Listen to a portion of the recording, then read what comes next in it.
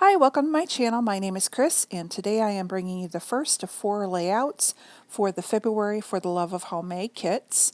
You can find a link in the description box below for all the others who are participating in this month's kit share. And you can also find the link for the formula that we're using for this month to build our kit. So for this layout, I am using the grid background as my background paper, and I'm going to mat this on the red cardstock. Now, I am going to gut the center of the cardstock, and I'm going to use that for also matting my photos. So you'll see that I cut down about 1/8 of an inch on all the sides of the grid paper, and then I'm just matting it on the frame that I made after gutting out the paper. Now, this is a multiple photo layout that I'm doing, and I'm going to take this one of my nephew who was a big winner and made the funny picture. I'm going to actually make that my focal photo, and so I am going to go ahead and mat his on the red cardstock so it kind of highlights. Now, the way I have it arranged on the paper is I have them kind of layered on top of each other because I'm going to use his picture to cover up people in the background that I don't know and don't necessarily want to save in my book. I did go into my stash and I did grab out another piece of paper from the, I believe it was the Hello Summer by Echo Park. I grabbed another piece out of that same paper pack because I wanted something that, again, brought out the red, white, and blue, and I didn't want to use the floral yet. So I grabbed just this blue floral and I'm going to use this as a background. And I'm planning on making the 4 layouts with 4th of July, so I'm sure the other papers that I pulled into the kit will also get used. So I laid the blue paper down and I kind of did it off kilter as if it's being thrown on top of the grid background, like it's a stack. Now, my cluster of pictures that I do, I'm going to have them lined up evenly with the blue paper, so when they're looking at the red, they're off, but it's still straight when you compare it to the blue paper. I'm then going to use all 3 of the cut-aparts that I have that was from the Amy Tan collection. I'm not sure which one it was. I've just had these cut-aparts in my stash. And so I grabbed the one that said yay, because again, he was a winner. All smiles, because everyone was smiling through this. And then the crazy fun, because bingo is crazy fun. So, and then I'm using these, my patterned thickers to spell out the word bingo. And that's going to be my title is Bingo Crazy Fun.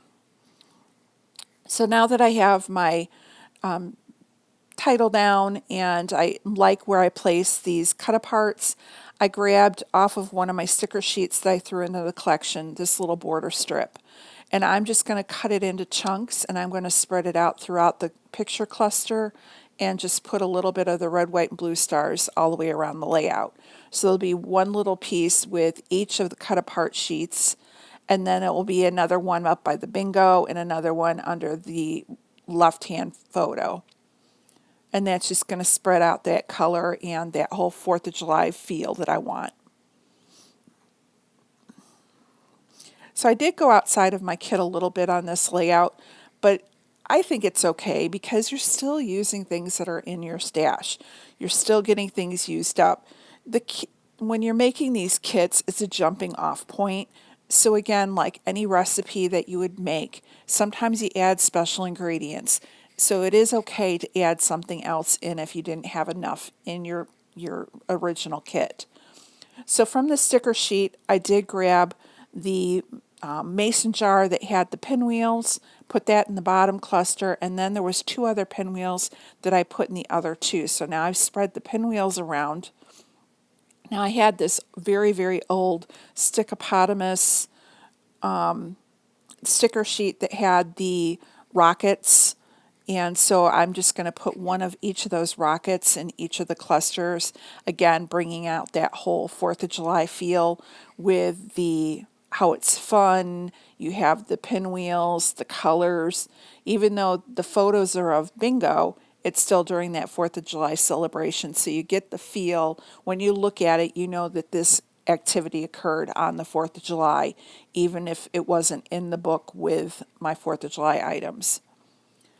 So now that I've used that up, now I'm looking through my stickers to see if there's anything else I want.